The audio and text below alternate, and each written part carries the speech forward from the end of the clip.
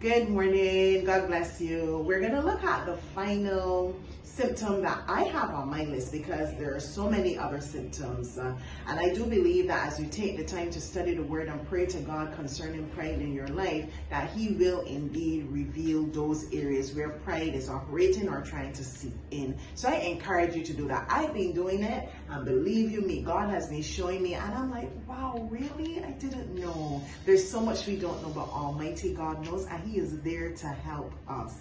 So let us look at the final one that I have on my list, which is rebellion.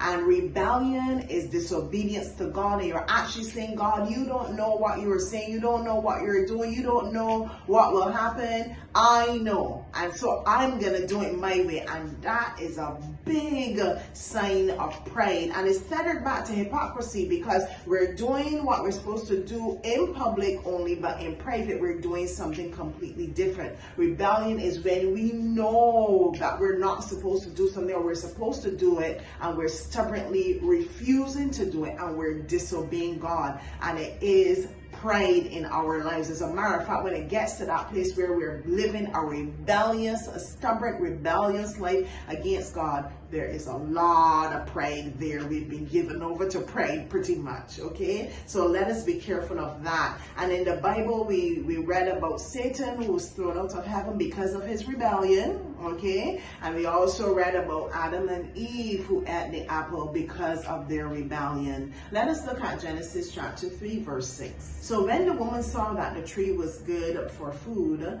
that it was pleasant to the eye, and a tree desirable to make one wise, she took of its fruit and ate.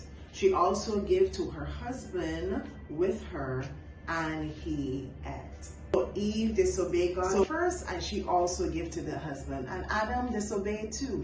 And when Adam disobeyed, that was the fall of man, because God really gave the instruction to Adam. And if he had said, no, Eve, we are not supposed to eat from that fruit, where did you get it from, and reprimanded her, I do believe we would not have had sin entering the world. But it happened, and here we are. And so we have to be aware of areas of our lives where we're being rebellious, and it can be in small things.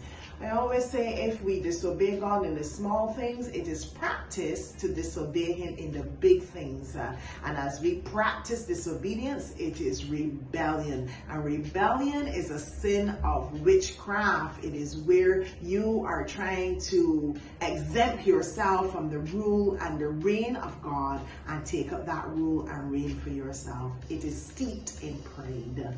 I pray that the Lord will help us in this regard, that we can identify these pockets of pride in our lives and work diligently at having them removed, simply by yielding ourselves to God, having them removed, and ultimately making sure that we stand guard that it would not be able to take our residence again. May the Lord bless you.